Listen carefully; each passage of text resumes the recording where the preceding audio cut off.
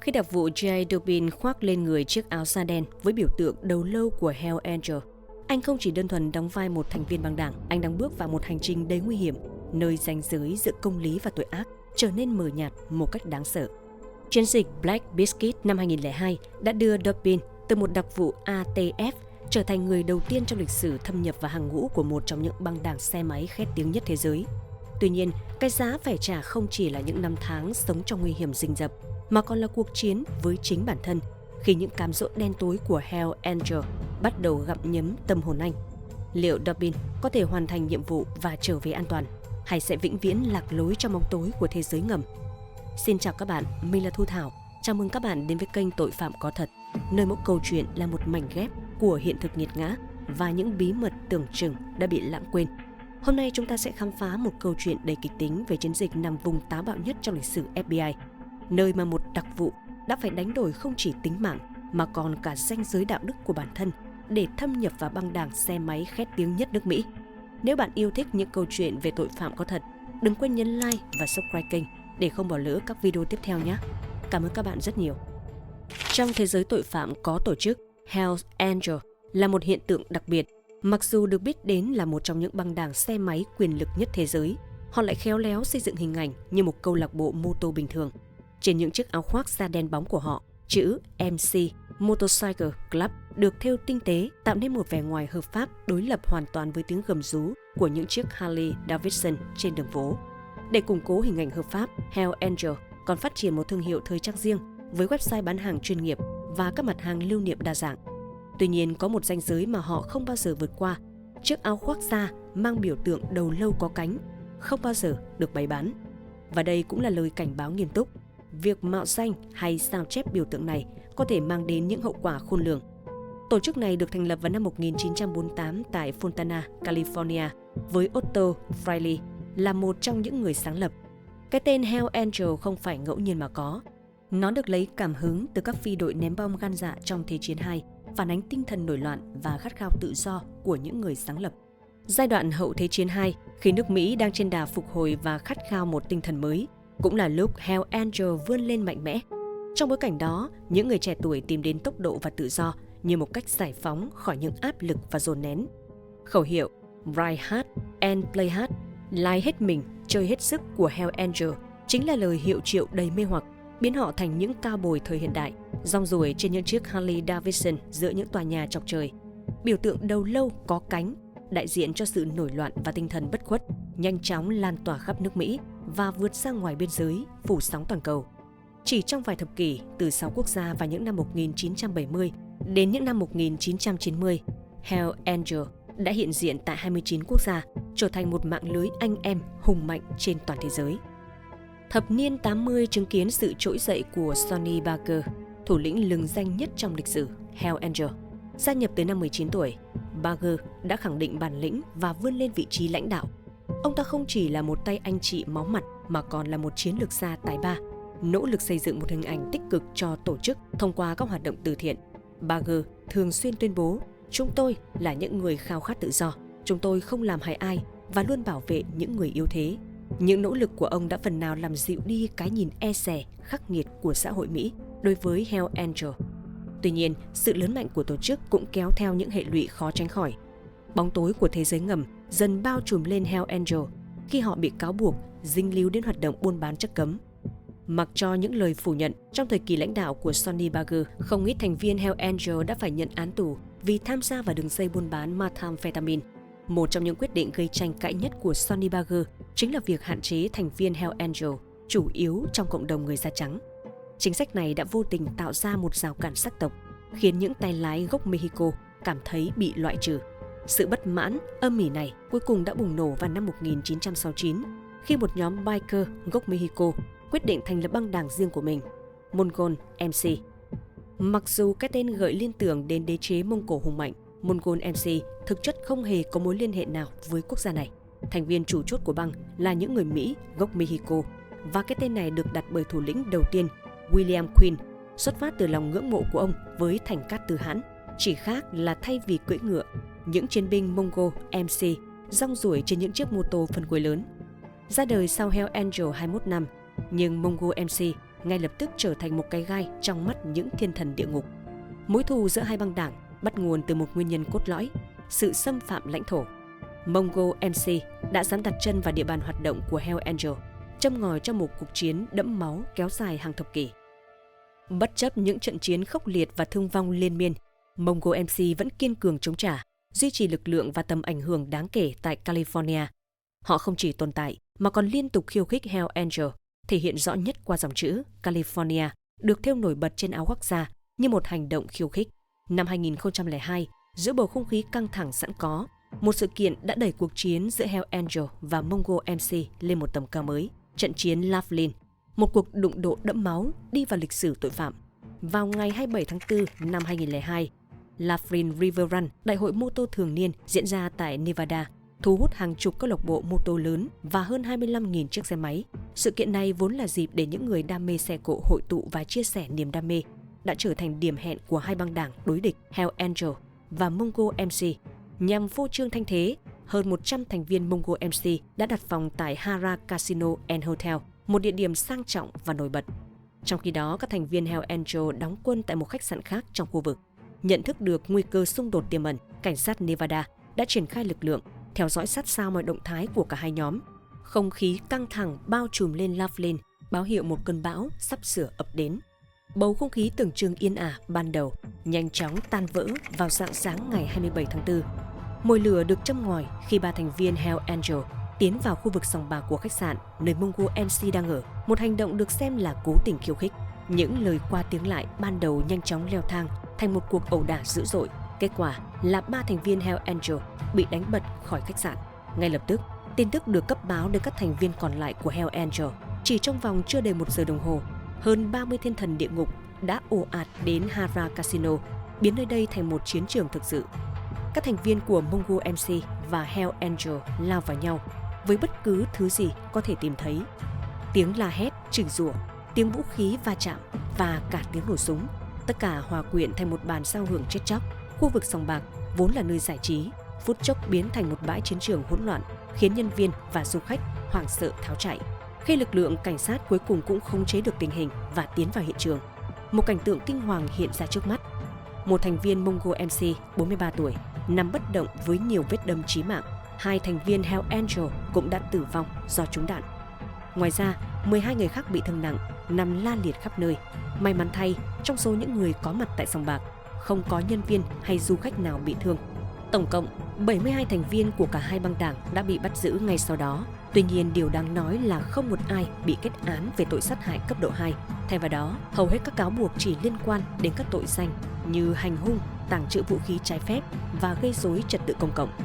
Hậu quả của trận chiến Laughlin không chỉ dừng lại ở những con số thương vong. Nó như một mồi lửa thổi bùng lên ngọn lửa thù hận vốn đã âm ỉ giữa hai băng đảng. Các cuộc ẩu đả, đốt phá, thậm chí là đánh bom trả đũa diễn ra liên miên trong những ngày tháng sau đó. Trước tình hình căng thẳng leo thang, đến tháng 7 năm 2002, cảnh sát đã quyết định triển khai một chiến dịch đặc biệt mang tên Black Biscuit, một chiến dịch nằm vùng quy mô lớn nhằm triệt phá tận gốc hai băng đảng khét tiếng này. Để thực hiện chiến dịch Black Biscuit, đặc vụ liên bang J. Durbin, được biết đến với biệt danh Big J, được giao một nhiệm vụ thâm nhập vào hàng ngũ của Hell Angel. Đây không phải là một nhiệm vụ đơn giản, bởi Hell Angel nổi tiếng là một tổ chức cực kỳ kín kẽ, với quy trình tuyển chọn thành viên vô cùng gắt gao và phức tạp. Để chính thức được khoác lên mình chiếc áo sa có biểu tượng đầu lâu cánh, một người phải trải qua một quá trình thử thách gồm 3 giai đoạn chính. Ứng viên, giai đoạn này bắt đầu khi một thành viên chính thức đứng ra bảo lãnh. Ứng viên sẽ thực hiện các công việc lặt vặt, tham gia các chuyến đi cùng băng đảng, nhưng không có bất kỳ quyền quyết định nào. Đây là giai đoạn để Hell Angel đánh giá sự trung thành và khả năng hòa nhập của ứng viên. Cộng sự, khi đã chứng tỏ được bản thân, ứng viên sẽ được nâng cấp lên thành cộng sự. Ở cấp độ này, họ được tham gia vào các hoạt động quan trọng hơn như vận chuyển hàng hóa, hỗ trợ dọn dẹp hiện trường các vụ việc và bảo vệ các thành viên khác. Nhiệm vụ chứng minh lòng trung thành, đây là bước cuối cùng và cũng là thử thách cam go nhất, tùy thuộc vào quy định của từng chi nhánh cụ thể. Ứng viên có thể được yêu cầu thực hiện một nhiệm vụ đặc biệt để chứng minh lòng trung thành tuyệt đối với tổ chức.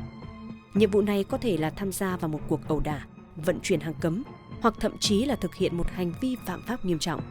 Chỉ khi hoàn thành xuất sắc nhiệm vụ này, ứng viên mới chính thức được công nhận là thành viên đầy đủ của Hell Angel.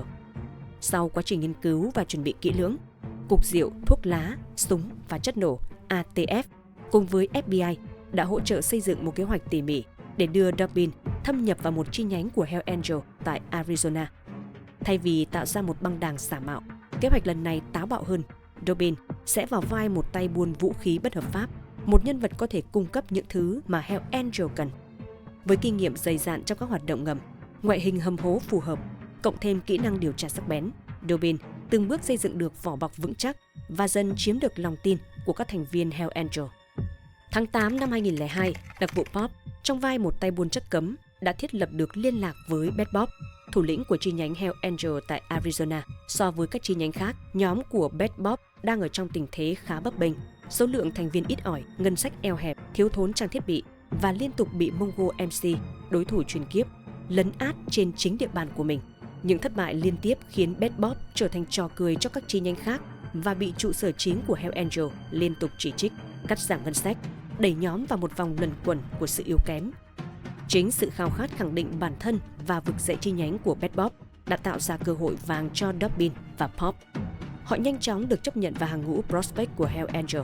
Để hoàn toàn hòa nhập, Dobbin và Pop đã tham gia vào tất cả các hoạt động của băng đảng, từ những cuộc đua xe, tiệc tùng thâu đêm suốt sáng cho đến những hành vi phạm pháp như sử dụng chất cấm.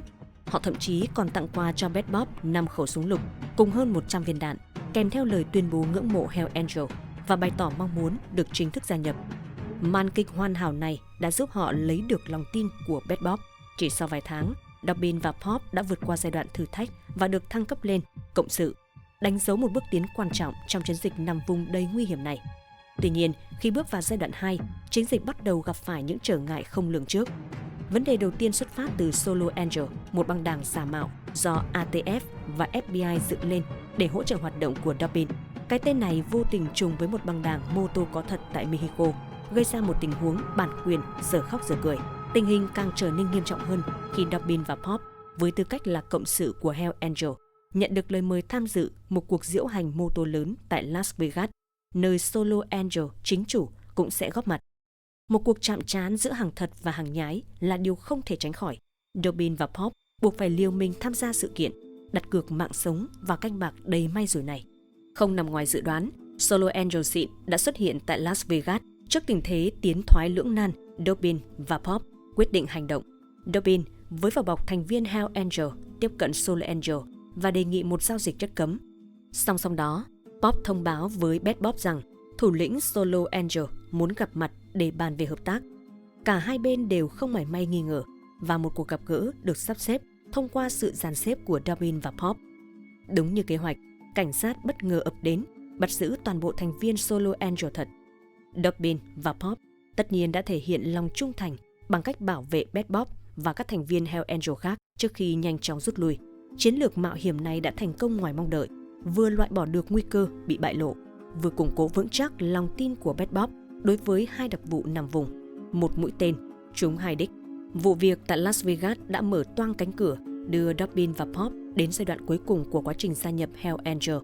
Bad Bob nhanh chóng sắp xếp cho họ một nhiệm vụ then chốt để chứng minh lòng trung thành: phục kích và sát hại ít nhất một thành viên của Bandidos, một băng đảng đối địch với Mongo MC. Hai thành viên kỳ cựu của Hell Angel sẽ đi cùng để giám sát, đảm bảo nhiệm vụ được thực thi một cách trọn vẹn. Tuy nhiên, trước ngưỡng cửa bước vào địa ngục, Dobbin và Pop bất đồng quan điểm. Pop lo sợ cho tính mạng của cả hai, cho rằng lấy mạng người khác là một bước đi quá xa. Ngược lại, Dobbin kiên quyết phản đối việc thực hiện nhiệm vụ. Anh ta hiểu rằng một khi đã nhuốm máu, tất cả bằng chứng họ thu thập được sẽ trở nên vô giá trị trước tòa. Hơn nữa, nếu mất đi giá trị lợi dụng, ATF và FBI có thể sẽ hủy bỏ toàn bộ chiến dịch, đồng thời với việc họ sẽ bị mắc kẹt trong thế giới ngầm của Hell Angel, không còn đường quay lại. Giữa thời khắc căng thẳng, Pop bất ngờ tiết lộ ý định rời bỏ thân phận đặc vụ và gia nhập hoàn toàn vào thế giới tội phạm. Quyết tâm giữ vững lập trường, Dobbin đã bí mật liên lạc với cảnh sát từ nhà vệ sinh của một trạm xăng, cung cấp thông tin về kế hoạch phục kích Bandidos. Nhờ hành động kịp thời này, cảnh sát đã ập đến và bắt giữ các thành viên của Bandidos trước khi Hell Angel ra tay, phá vỡ kế hoạch của Bad Bob và đẩy Dobbin cùng Pop vào một tình thế khó khăn mới. Sự thất bại trong vụ phục kích Bandidos khiến Bad Bob bắt đầu nghi ngờ Dobbin và Pop, dù không có bằng chứng cụ thể. Thái độ của ông ta trở nên lạnh nhạt, xa cách và việc kết nạp chính thức hai người vào Hell Angel bị trì hoãn vô thời hạn. Họ vẫn chỉ là cộng sự, lơ lửng giữa hai thế giới, không chỉ phải đối mặt với sự nghi kỵ của Bad Bob, Dobbin còn phải lo lắng về chính người cộng sự của mình. Pop vốn không được đào tạo bài bản như một đặc vụ chuyên nghiệp, đang dần bị cuốn vào vòng xoáy của thế giới ngầm. Rượu chè, gái gú, những cám dỗ của cuộc sống tội phạm đã hoàn toàn chi phối Pop, khiến lòng trung thành của anh ta lung lay dữ dội. Nhận thấy nguy cơ phản bội ngày càng tăng cao, Dobbin quyết định hành động trước khi quá muộn. Anh ta bí mật liên lạc với ATF, yêu cầu loại bỏ Pop khỏi chiến dịch. Kế hoạch được triển khai vào một ngày tháng 11 năm 2003. Dobbin hẹn Pop đua xe trên một con đường vắng vẻ. Khi cả hai dừng lại nghỉ ngơi tại một khúc cua, một chiếc xe bất ngờ xuất hiện. Ba đặc vụ ATF lực lưỡng nhảy xuống, không nói một lời, nhanh chóng khống chế và trói Pop lại. Chiếc mô tô của anh ta cũng bị tịch thu. Toàn bộ quá trình diễn ra chớp nhoáng, không để lại dấu vết. Pop bị đưa đi, biến mất khỏi cuộc đời Dobbin và thế giới ngầm của Hell Angel. Để che giấu sự biến mất đột ngột của Pop và củng cố lòng tin của Bad Bob, Dobbin đã dàn dựng một màn kịch hoàn hảo. Anh ta xé rách quần áo, đập phá xe máy của mình, bôi máu lên mặt rồi quay trở lại tìm Bad Bob trong bộ dạng tả tơi. Dobbin bịa chuyện rằng cả hai đã đụng độ với Mongo MC trên đường. Pop đã liều lĩnh đuổi theo chúng vào sâu trong sa mạc. Câu chuyện của Dobbin đã khơi dậy cơn thịnh nộ của Hell Angel. Họ lập tức tập hợp lực lượng, triển khai một cuộc truy lùng giáo giết nhằm tìm kiếm Pop và trả thù Mongo MC. 2 ngày sau, bằng chứng được tìm thấy, chiếc xe máy và quần áo của Pop dính đầy máu đã khô đen, cùng với vỏ đạn và những thứ trông giống như mảnh thi thể người. Tin chắc rằng Pop đã bị Mongo MC sát hại. Hell Angel mang những thứ này về và tổ chức một tang lễ long trọng theo nghi thức dành cho thành viên chính thức. Tại tang lễ, Dobbin với nỗi đau giả tạo nhưng đầy thuyết phục đã thề sẽ trả thù cho Pop. Trong khi đó, tại một địa điểm bí mật, Pop đang được ATF hỗ trợ cai nghiện và chuẩn bị cho một cuộc sống mới, hoàn toàn tách biệt khỏi thế giới ngầm mà anh ta đã từng đắm chìm. Để hoàn tất màn kịch trả thù cho Pop, Dobbin một mình đi vào sa mạc, nơi anh ta bí mật gặp gỡ một nhóm đặc vụ khác. Họ cùng nhau dàn dựng một vụ thủ tiêu giả. Một người được mặc chiếc áo khoác da của Mongo MC vốn đã bị cảnh sát tịch thu trước đó, đóng vai nạn nhân. Dobbin chụp ảnh tự sướng với khẩu súng chĩa vào thi thể, sau đó đào một cái hố nông và chôn nạn nhân xuống. Khi Bad Bob xem những bức ảnh này, ông ta hoàn toàn bị thuyết phục và vô cùng xúc động trước lòng trung thành của Dobbin. Trong một khoảnh khắc đầy kịch tính, Bad Bob cởi chiếc áo khoác da của mình, biểu tượng tối cao của Hell Angel, và khoác lên người Dobbin. Đây là một khoảnh khắc lịch sử, lần đầu tiên một đặc vụ liên bang chính thức trở thành thành viên của Hell Angel. Chiến dịch Black Biscuit cuối cùng đã đạt được bước đột phá quan trọng. Niềm hân hoan lan tỏa trong đội ngũ điều tra. Họ tin rằng ngày tàn của Hell Angel đã đến rất gần. Tuy nhiên, niềm vui ngắn chẳng tay gang, sau đó liên lạc giữa Dobbin và cảnh sát dần thưa thớt. Những báo cáo từ các đặc vụ khác cho thấy Dobbin gặp vấn đề nghiêm trọng. Tiền sử lạm dụng thuốc của anh tái phát, cộng với áp lực khổng lồ từ cuộc sống nằm vùng, khiến anh lệ thuộc vào thuốc an thần và thuốc kích thích để duy trì hoạt động. Đặc biệt, tin đồn về việc Dobbin nghiện chất cấm và nhiễm HIV bắt đầu lan rộng, phủ bóng đen lên chiến dịch ban đầu. Một giả thuyết đáng lo ngại hơn xuất hiện. Dobbin, người đứng sau Bad Bob, đã biến chất. Quyền lực và tầm ảnh hưởng của anh trong thế giới ngầm ngày càng lớn. Giống như Pop, Dobbin có thể đã vượt qua ranh giới đạo đức của một đặc vụ, lún quá sâu vào vai diễn để có thể quay lại. Nếu điều này là sự thật, tính mạng của 4 đặc vụ còn lại trong chiến dịch hoàn toàn phụ thuộc vào Dobbin, tạo ra một tình thế ngàn cân treo sợi tóc. Trước diễn biến phức tạp và nguy hiểm, chiến dịch Black Biscuit buộc phải ngừng khẩn cấp vào năm 2004. Dobbin được lệnh rút lui ngay lập tức về nơi an toàn. Sau khi xác nhận Dobbin đã rời đi, một cuộc đột kích quy mô lớn vào căn cứ Hell Angel tại Arizona đã diễn ra, dẫn đến việc hơn 30 thành viên bị truy tố với các tội danh như buôn bán chất cấm, sát hại và hành hung. Chỉ mất một thời gian ngắn để Hell Angel nhận ra vai trò thực sự của Dobbin. Một lệnh truy nã toàn quốc được phát lệnh, gửi đến hơn 80 chi nhánh của băng đảng. Trong suốt 4 năm sau đó, Dobbin phải sống ẩn dật, trong khi gia đình anh được bảo vệ chặt chẽ 24/7 bởi FBI. Năm 2008, một diễn biến bất ngờ xảy ra. Dobbin, qua luật sư, tuyên bố không ra làm chứng trước tòa. Anh khẳng định quyết định này không phải vì sự đe dọa của Hell Angel, mà là do sự đối xử bất công từ phía ATF, bao gồm cả việc nợ lương trong suốt thời gian nằm vùng. Tin đồn cho rằng Dobbin đã phạm tội sát nhân trong quá trình thâm nhập, và những bằng chứng anh thu thập được lại không đủ giá trị pháp lý để sử dụng tại tòa, khiến anh trở thành con tốt thí bị bỏ rơi. Khi từ chối làm chứng, Dobbin và gia đình mất đi sự bảo vệ của ATF. Anh bắt đầu một cuộc sống lang thang cho đến năm 2015, khi Hell Angel bất ngờ thông báo đã đạt được thỏa thuận hòa giải với anh.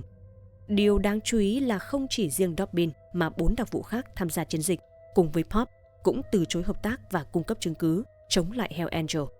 Lý do rất đơn giản, bằng chứng đó không chỉ vạch trần tội ác của Hell Angel mà còn ghi lại những hành vi phạm pháp của chính họ. Trong tình huống đó, im lặng là cách tốt nhất để bảo vệ bản thân. Đây là một lỗ hổng chết người trong kế hoạch, chứng minh rằng ranh giới giữa thiện và ác trong thế giới ngầm đôi khi rất mong manh. Trường hợp của Dobbin trở thành bài học cay đắng, một vết sẹo sâu trong lòng tin của các đặc vụ đối với ATF. Hậu quả của việc thiếu chứng cứ và nhân chứng là một kết cục thất vọng. Chỉ có 6 thành viên Hell Angel bị kết án và các tội danh được giảm nhẹ đáng kể so với cáo buộc ban đầu. Chiến dịch Black Biscuit, một chiến dịch nằm vùng quy mô lớn, đã tiêu tốn hàng triệu đô la và sinh mạng của nhiều đặc vụ, nhưng kết quả lại không như mong đợi, thậm chí có thể coi là thất bại. Vào cuối năm 2008, Dobbin đệ đơn kiện ATF, cáo buộc cơ quan này không thực hiện cam kết bảo vệ anh và gia đình, thậm chí còn để lộ địa chỉ của anh, đẩy anh vào nguy hiểm sau khi anh từ chối làm chứng. Vụ kiện kéo dài 6 năm và vào năm 2014, tòa án đã ra phán quyết yêu cầu ATF bồi thường cho Dobbin 158.000 đô la Mỹ. Năm 2009, Dobbin phát hành cuốn tự truyện Không phải thiên thần, hành trình nằm vùng gian khổ của tôi bên trong thế giới ngầm của Hell Angel, kể lại chi tiết hành trình nguy hiểm trong suốt thời gian nằm vùng. Cuốn sách nhanh chóng lọt vào danh sách bán chạy của New York Times. Tuy nhiên, Dobbin không tham gia bất kỳ sự kiện ký tặng hay quảng bá nào, dấu hiệu cho thấy anh vẫn phải duy trì sự ẩn dật để bảo vệ bản thân. Trong cuốn hồi ký, Dobbin dành một chương để mô tả vai trò của những người phụ nữ trong Hell Angel, được gọi là Old Ladies. Phần lớn trong số họ có quá khứ phức tạp, từng là gái bán hoa hoặc vũ nữ thoát y. Một số ít được các thành viên Hell Angel chọn làm bạn gái và được ban tặng một chiếc áo khoác nhỏ ghi dòng chữ Property of, tài sản của, theo sau là tên của thành viên Hell Angel đó.